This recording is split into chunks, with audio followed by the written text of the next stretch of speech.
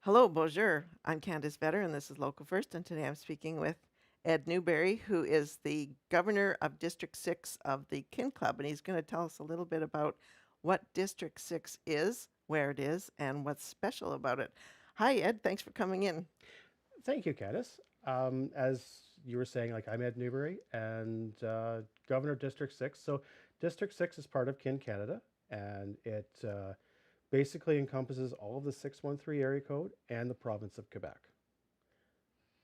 So we were talking before we started the show.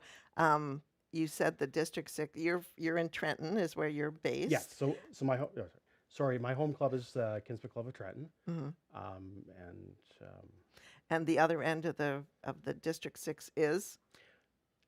the other end of District 6 is the Kinsman Club of Val-d'Or, which is in the northwest Yeah. section of Quebec. Yeah, sort of just past the Outaouais, but a little further north. Yeah, yeah. So tell us about District 6. Like, is there a lot of clubs in District 6?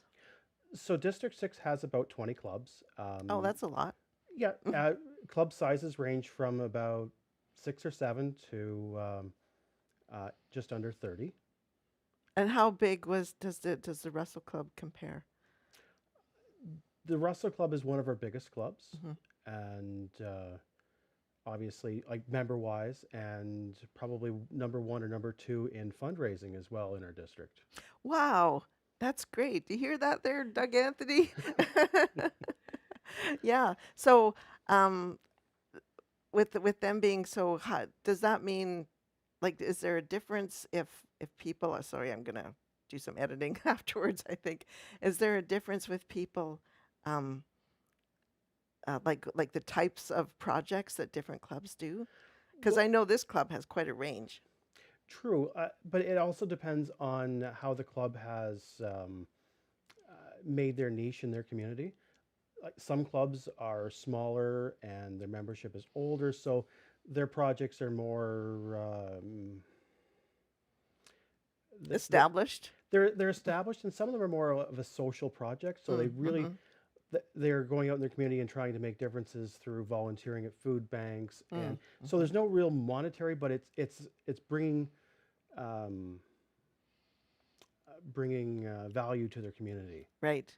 Oh, and there's lots of value that's not monetary. No, and exactly that, because sometimes your community just needs that person to go out and, attend the soup kitchen or do like Meals for Wheels, or or even like taking doing wellness checks and things like that. The sky is the limit to what our communities really need, and the niche is finding what our communities need with each club. Is there a mandate that's specific to the Kin Club? The mandate basically is to serve our community's greatest needs, but each community has different needs. Like Ember and Russell here at the beginning needed a dome. Mm. Whereas if you go to, like, let's say Orleans, which is just around the corner, the city of Orleans don't need that infrastructure like Russell and Emblem did. Mm-hmm. Mm-hmm. Yeah, they're in a whole different situation. So each community is completely unique. Mm-hmm. Mm-hmm. So again, we're almost out of time. Is there anything you want to add before we sign off? I guess thank you for um, your time. Oh, well, thank you. I, I really appreciate getting the call from the Kin Club that you guys were here today. So that's terrific.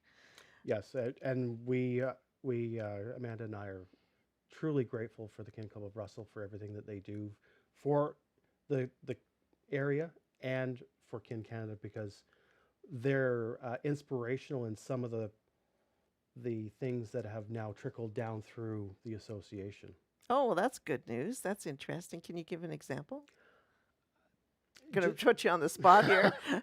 some of the policies that have come across, and ideas, and project wise, the Kin Club of Russell has done an excellent job of sharing these resources with other clubs, and like not for monetary purposes. They just say, okay, you're doing this.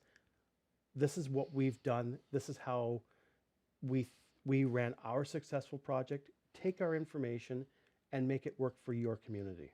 Oh, that's perfect. So it's the unbiased sharing of information that the Kin Club of Russell is excellent at. Okay, I think that's a good place to stop. Thanks very much, Ed, for um, taking the time to speak with us today at CJRO. We really appreciate it. Thank you. I'm Candace Vetter on CJRO Radio on Local First, last on the dial, first for local news.